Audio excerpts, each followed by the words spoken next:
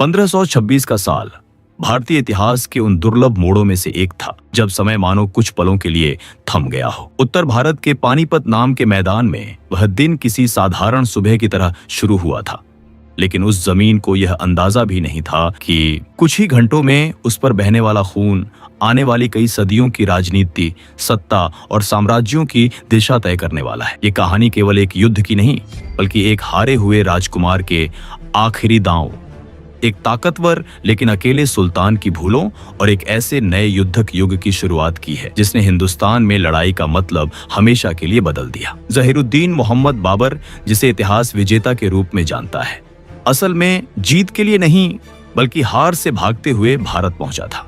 मध्य Asia में उसका जीवन लगातार असफलताओं से भरा रहा। वह फरगाना का शासक था। उसने किशोरावस्था में समरकंद जीता, लेकिन कुछ ही समय में वह उसे खो बैठा। फिर दोबारा कोशिश की और फिर हारा।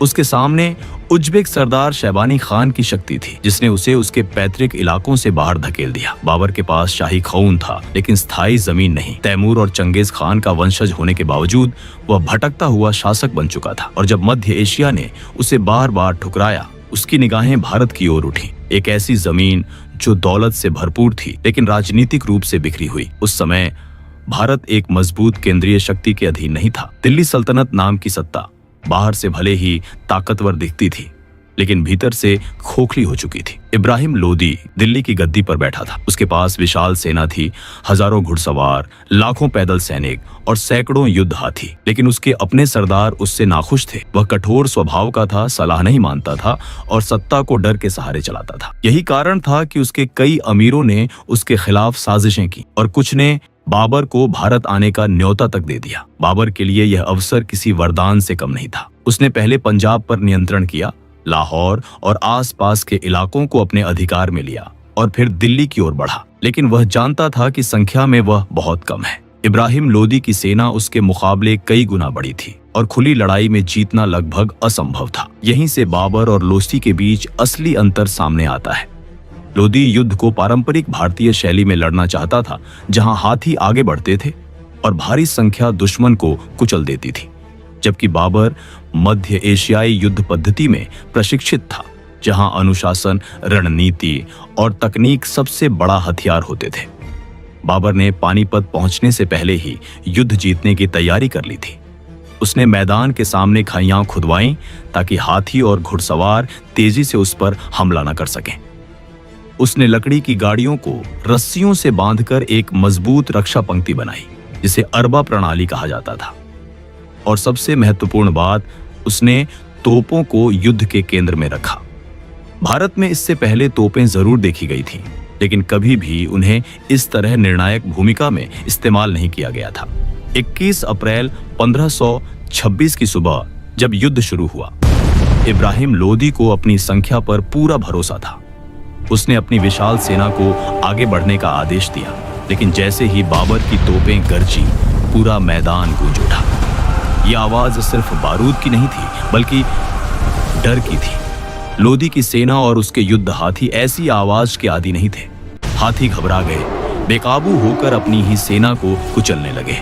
पंक्तियां टूटने लगीं और अनुशासन बिखर गया। यही वह पल था जिसका बाबर इंतजार कर रहा था। उसने अपनी घुड़सवार टुकड़ियों को दोनों किनारों से हमला करने का आदेश दिया। बीच में तोपें और सामने गाड़ियों की दीवार के कारण लोदी की सेना फंस चुकी थी। संख्या में ज्यादा होने के बावजूद वे खुलकर लड़ नहीं पा रहे थे। युद्ध अब ताकत का नहीं, बल्कि दिमाग का बन चुका था। इब्राहिम लोदी बहादुरी से लड़ा, लेकिन नेतृत्वहीन सेना ज्यादा देर टिक नहीं पाती। युद्ध के बीचों बीच वह घायल हुआ और मारा गया। जैसे ही उसके मरने की खबर फैली, लोदी की सेना का मनोबल पूरी तरह टूट गया। कुछ ही घंटों में दिल्ली सल्तनत की सदियों पुरानी सत्ता जमीन पर बिखर गई। जब शोर थमा, पानीपत का मैदान लाशों, टूटे हथियारों और धुएं से भरा था। लेकिन उसी खामोशी में एक नए युग की शुरुआत हो चुकी थी। बाबर विजेता था। वह दिल्ली में दाखिल हुआ और खुद को हिंदुस्तान का शासक घोषित किया। इस एक युद्ध ने न सिर्फ एक सल्तनत का अंत किया, बल्कि मुगल साम्राज्य की नींव रखी। जिसने आने वाले 300 वर्षों तक भारत की राजनीति, संस्कृति, स्थापत्य और प्रशासन को गहराई से प्रभावित किया। पानीपत की पहली लड़ाई ने यह साबित कर दिया कि युद्ध अब सिर्फ बहादुरी और संख्या से नहीं, बल्कि रणनीति, तकनीक और नेतृत्व से जीते जाएंगे। यह युद्ध भारतीय इतिहास का वह मोड़ था जिसके बिना न अकबर का युग समझा जा सकता है, न शाहजहां की इमारतें और न ही औरंगजेब की सत्ता। यही कारण है कि फर्स्ट बैटल ऑफ पानीपत को केवल एक युद्ध नहीं, बल्कि भारतीय इतिहास का सबसे निर्णायक क्षण माना जाता है।